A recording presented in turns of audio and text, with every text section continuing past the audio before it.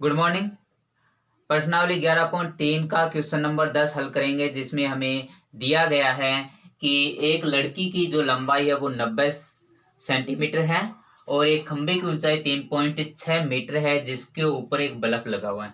यहाँ से एक लड़की है वो चलना प्रारंभ करती है और उसकी चाल दी गई है 1.2 मीटर प्रति सेकंड। यह 4 सेकंड के बाद में यहाँ पे आती है और यहाँ पे खड़े होने के बाद इसके जो बल्ब है उसके अनुसार इसकी जो छाया है वो यहाँ पे गिरती है। तो इस छाया की लंबाई हमें ज्ञात करनी है। देखिए, हम यहाँ पहले क्या निकालेंगे, हम निकालते हैं इसकी दूरी। दूरी निकालते हैं तो देखिए दूरी कितनी होगी। दूरी होती है, दूरी इक्वल टू होता है चाल इंटू समय। तो हमारी जो चाल है वो तो है 1.2 इंटू समय है 4 सेकंड, इक्वल टू होगा 4.8 मीटर, यानी यह दूरी 4.8 मीटर है। ठीक है। अब देखिए, ये जो इसकी जो ऊंचाई थी वो 90 सेंटीमीटर थी, तो इसको मीटर में चेंज करेंगे तो 0.9 मीटर हो जाती है। यहाँ पे देखिए ए बी डी एक समकोण त्रिभुज है, दूसरा ई सी डी भी एक समकोण त्रिभुज है। इन दोनों समकोण त्रिभुजों को हम क्या करते हैं, एक बार इन पे को हम कर लेते हैं समरूप। समरूप के लिए आपको याद रखने होंगे कि हम कोई दो त्रिभुजों को समरूप करते हैं तो उनके जो 6 नियम है वो आपको याद होने चाहिए। तो इन दोनों त्रिभुजों को हम समरूप करते हैं पहले।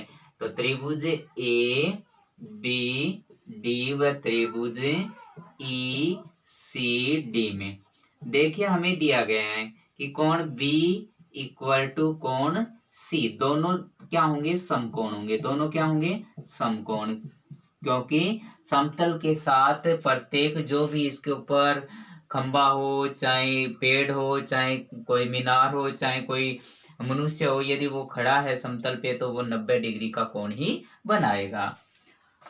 अब देखिए साथ में यह है डी कोण के लिए, देखिए डी दोनों में है तो उभयनिष्ठ बोल सकते हैं। तो यहाँ पे देखिए हमें दो कोण इक्वल मिले हैं, दोनों में दो कोण है तो कोण योग नियम से तीसरा कोण बराबर होगा। तो यहाँ पे हम नियम लगाते हैं ए नियम। कौन सा नियम लगाएंगे, ए नियम। समरूपता से त्रिभुज ए बी डी समरूप होगा त्रिभुज ई सी डी, और समरूप त्रिभुज की संगत भुजाओं का अनुपात क्या होता है, बराबर होता है। समरूप त्रिभुजों की संगत भुजाओं का अनुपात क्या होता है, बराबर होता है। तो एफ बी बट्टा क्या लिखोगे, AC लिखोगे, इक्वल टू BD बट्टा क्या लिखोगे, CD लिखोगे। AD बट्टा ED भी लिख सकते हैं, लेकिन हमें सिर्फ आवश्यकता है इनकी। अब देखिए इनके मान, AB का मान है 3.6, तो ये हमने लिखा 3.6 बट्टा EC का मान है 0.9, तो 0.9 इक्वल टू BD, B से लेके D, यहाँ पे देखिए B से C तक 4.8 है और C से D तक X है, तो टोटल कितना हो गया, X plus 4.8, total X plus 4.8 metre होगा। तो हमने यहाँ पे लिखना है X प्लस 4.8 बट्टा CD है ओनली फॉर X, तो यहाँ पे हम कितना रख लेते हैं, X रख लेते हैं। 3.6 में 0.9 पॉइंट से पॉइंट काटे, 36 में 9 का भाग देने पर 4 इक्वल टू X प्लस 4.8 बट्टा X। नीचे एक मान लेते हैं और इनका क्या कर देते हैं, वज्र गुणन। X को 4 से गुणा किया, 4X equal to X plus 4.8। X का पक्षांतर है, इस बॉर्डर लाइन के इस पार लेके आएंगे तो X है वो माइनस का होगा, क्योंकि यहाँ पे प्लस का है। इक्वल टू कितना होगा, 4.8। अब देखिए यहां से माइनस करोगे तो 3x इक्वल टू 4.8, 3 इसका गुणन है तो इसको 4.8 को क्या कर देगा, डिवाइड कर देगा। तो x इक्वल टू हमारा आंसर आएगा 16×3=48, यानी 1.6 मीटर। यानी लड़की की जो छाया की लंबाई है वो कितनी होगी, 1.6 मीटर बोल सकते हैं या 160 सेंटीमीटर बोले सकते हैं। इसी प्रश्नावली का क्वेश्चन नंबर 11, जिसमें हमें दिया गया है कि स्तंभ की ऊंचाई 12 मीटर है, छाया की लंबाई है वो 8 मीटर है। मीनार की छाया की लंबाई है वो तो 56 मीटर है और इसकी ऊंचाई ज्ञात करनी है। देखिए ये कोई स्तंभ है जिसकी ऊंचाई 12 मीटर है और छाया की लंबाई 8 मीटर है। ये कोई मीनार है जिसकी ऊंचाई हमें ज्ञात करनी है और इसकी छाया की लंबाई 56 मीटर है। यहाँ पे हम इस क्वेश्चन को दो तरीके से हल कर सकते हैं, एक तो त्रिकोणमितीय अनुपात के अनुसार और दूसरा हम त्रिभुज की सर्वांग क्षमता के अनुसार। चूंकि यह हमारी प्रश्नावली समरूपता की है तो हम समरूपता के अनुसार इसे हल करेंगे। तो याद रखना है एक ही समय पर, कितने समय पर, एक ही समय पर वस्तु की ऊंचाई और उनके छाया की लंबाई का जो ये कोण बनता है वो सूर्य का उन्नयन कोण है वो बराबर ही बनता है। एक ही समय पर वस्तु की ऊंचाई और उसकी छाया की लंबाई का जो अनुपात होता है या जहां कोण बनता है वह कोण क्या होता है, बराबर होता है। तो इसे हम लिखेंगे, एक तो त्रिभुज लेकर चलेंगे त्रिभुज ए बी सी व दूसरा त्रिभुज लेकर चलेंगे पी क्यू आर। दोनों में देखिए कोण B बराबर कोण Q, दोनों समकोण है क्योंकि समतल पर जो भी वस्तुएं खड़ी है वो 90 डिग्री के कोण पर ही खड़ी होगी, चाहे वो मीनार हो, चाहे स्तंभ हो, चाहे कोई व्यक्ति क्यों न हो। और एक ही समय पर सूर्य द्वारा बनाए गए उन्नयन कोण सभी वस्तुओं के लिए क्या होते हैं, समान होते हैं। तो कोण C किसके बराबर होगा, कोण R के बराबर। तो क्या लिखोगे, एक ही समय पर सूर्य द्वारा बनाए गए उन्नयन कोण क्या होते हैं, बराबर होते हैं। तो ए नियम से दोनों त्रिभुज हम क्या कर सकते हैं, दोनों त्रिभुज हमने समरूप बता सकते हैं। तो दोनों त्रिभुज कौन कौन से, त्रिभुज ए बी सी समरूप होगा त्रिभुज पी क्यू आर। अब बताइए समरूप त्रिभुजों की संगत भुजाओं का अनुपात क्या होता है, बराबर होता है। तो ए बी बट्टा कितना होगा पी क्यू और बी सी बट्टा कितना होगा क्यू आर। बस ए सी बट्टा पी आर की हमें आवश्यकता नहीं है। तो इसका मान रखिए, ए बी का मान हमारे पास है 12, पी क्यू हमें ज्ञात करना है, इक्वल टू BC का मान हमारे पास 8 है और QR का मान हमें दिया गया है कितना, 56। अब यहाँ पे देखिए 8 एकम 8, 8 7 56, यानी 1/7, यानी हमारा आंसर है 12 PQ इक्वल टू 1/7। वजन गुणा करने पर PQ को 1 से गुणा किया PQ और 12 को 7 से, 12 7 84, यानी इस जो मीनार है इसकी ऊंचाई है वो कितनी होगी, 84 मीटर होगी।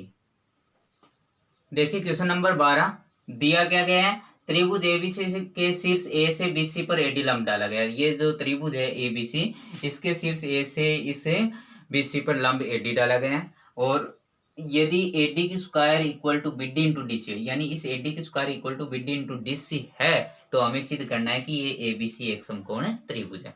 अब समकोण त्रिभुज को सिद्ध करने के लिए हमें या तो एक कोण क्या लेके आना है, समकोण यानी 90 डिग्री का लेके आना है, या इसके जो त्रिभुज है इसकी सबसे बड़ी भुजा का वर्ग अन्य दो भुजाओं के वर्ग के योग के बराबर होना चाहिए, यानी पाइथागोरस प्रमेय या बोधायन प्रमेय यहाँ पे हमें लेकर आना है। तो देखिए कैसे इसे हल करते हैं, बड़े ही अच्छे तरीके से हम इसे हल करेंगे, थोड़ा ध्यान दीजिएगा।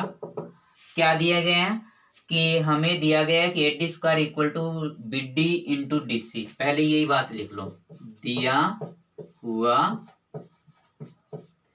ए डी की square equal to BD into DC, इसको समीकरण 1 मान लेते हैं, ठीक है। अब देखिए ये एडी इस पे लंब है, इसका मतलब यह है त्रिभुज, ये है त्रिभुज, दोनों त्रिभुज कैसे त्रिभुज होंगे, समकोण त्रिभुज, क्योंकि यह 90 डिग्री का, यह 90 डिग्री का है। तो इन दोनों त्रिभुजों को हमें लेकर चलते हैं, ठीक है। तो पहला हम इस त्रिभुज को लेकर चलेंगे कि त्रिभुज कौन सा, ए डी बी, त्रिभुज ए डी बी में क्या लगाओगे, पाइथागोरस प्रमेय लगाओगे, पीजीटी बोल देते हो, पीजीटी पाइथागोरस प्रमेय है, ठीक है। यानी सबसे बड़ी भुजा का वर्ग अन्य दोनों भुजाओं के वर्ग के योग के बराबर होना चाहिए। तो यहाँ 90 डिग्री का, तो इसकी सम्मुख भुजा ये होगी कारण, यानी ए बी कर्ण होगा और कर्ण सबसे बड़ी भुजा होती है। तो यहाँ पे पीजीटी यदि हम डालते हैं तो लिखोगे ए बी की स्क्वायर इक्वल टू, फिर लिखोगे बी डी की स्क्वायर प्लस फिर लिखोगे ए डी की स्क्वायर। इसको समीकरण नंबर 2 मान लेते हैं। इसी प्रकार समकोण त्रिभुज है हमारा नीचे वाला। तो समकोण त्रिभुज कौन सा, ए डी सी में, इसमें भी पीजीटी लगाएंगे। तो क्या करेंगे, पीजीटी लगाकर यहाँ पे देखिए यह 90 डिग्री है तो इसकी सम्मुख भुजा यानी क्या लिखोगे, ए सी की स्क्वायर इक्वल टू क्या होगा, डी सी की स्क्वायर प्लस ए डी की स्क्वायर। यह समीकरण नंबर होगी 3। अब देखिए हम इन दोनों समीकरणों को जोड़ देते हैं, समीकरण 2 व 3 को जोड़ देते हैं, समीकरण 2 प्लस समीकरण 3। अब देखिए यहाँ पे क्या है, ए बी की स्क्वायर, इसमें क्या जुड़ेगा, ए सी की स्क्वायर जुड़ेगा इक्वल टू, यहाँ है बी डी की स्क्वायर प्लस ए डी की स्क्वायर और इसमें क्या प्लस होगा, डी सी की स्क्वायर प्लस ए डी की स्क्वायर प्लस होगा। अब देखिए ये है सेम का सेम रखते हैं, ए बी की स्क्वायर प्लस ए सी की स्क्वायर इक्वल टू, यहाँ पे ध्यान दीजिए कि हम लिख सकते हैं बी डी की स्क्वायर प्लस डी सी की स्क्वायर प्लस ए डी की स्क्वायर प्लस ए डी की स्क्वायर, कितना हो गया, 2 ए डी की स्क्वायर। ठीक है। अब देखिए समीकरण 1 से, समीकरण 1 से यानी समीकरण 1 में क्या दिया गया है, ए डी की square equal to B D into D C. तो यहाँ पे हम लिखेंगे B D into D C, तो लिखोगे ए बी की स्क्वायर प्लस ए सी की square equal to B D की स्क्वायर प्लस डी सी की स्क्वायर प्लस यहाँ पे लिखोगे 2 इंटू ए डी की स्क्वायर के स्थान पे क्या लिखोगे, समीकरण 1 से बी डी इंटू डी सी लिख दोगे, बी डी इंटू क्या लिखोगे, डी सी। अब इस बात पे ध्यान देना है आपको, यह जो मान हमें प्राप्त हुआ है ये किस सर्व समीका के अनुसार प्राप्त हो रहा है। देखिए ए की स्क्वायर प्लस बी की स्क्वायर प्लस 2 ए बी है ना, तो इसको हम क्या लिख सकते हैं, देखिए यदि हमारे पास हो ए की स्क्वायर प्लस बी की स्क्वायर प्लस 2 ए बी हो तो हम ए प्लस बी की क्या लिख सकते हैं, होल स्क्वायर लिख सकते हैं। ठीक है। तो इसी के अनुसार यहाँ देखिए तुलना करने पर बी डी है वो ए के स्थान पे और डी सी है वो बी के स्थान पे है। तो इसको जब हम इस फॉर्म में डाल लेते हैं तो क्या होगा, B D plus D C की होल स्क्वायर हो जाएगा। तो इसको तो ऐसे के ऐसे लिख लेते हैं, ए बी की स्क्वायर, ए बी की स्क्वायर प्लस आगे है ए सी की स्क्वायर इक्वल टू, यहाँ पे हम लिखेंगे B D plus D C की होल स्क्वायर। यानी इस पूरे समीकरण को इस फॉर्म के अनुसार इस प्रकार चेंज कर सकते हैं। तो अब होगा ए बी की स्क्वायर प्लस ए सी की square equal to, B D को डी सी में ऐड करते हैं तो बी डी और डी सी दोनों जोड़ते हैं तो देखिए बी डी और डी सी दोनों को जोड़ने पर हमारे पास क्या प्राप्त होगा, पूरा 20C प्राप्त होगा। तो 20C की स्क्वायर। अब बताइए यह क्या हो गया, यह हमारी हो गई पाइथागोरस प्रमेय, और पाइथागोरस प्रमेय 20C यानी यह 20C है, सबसे बड़ी भुजा कर्ण कहलाएगी और कर्ण की सम्मुख भुजा ये सम्मुख कोण समकोण कहलाएगा, यानी ए बी सी कैसा त्रिभुज होगा, एक समकोण त्रिभुज होगा। तो हम लिख सकते हैं यह त्रिभुज ए बी सी एक समकोण त्रिभुज है।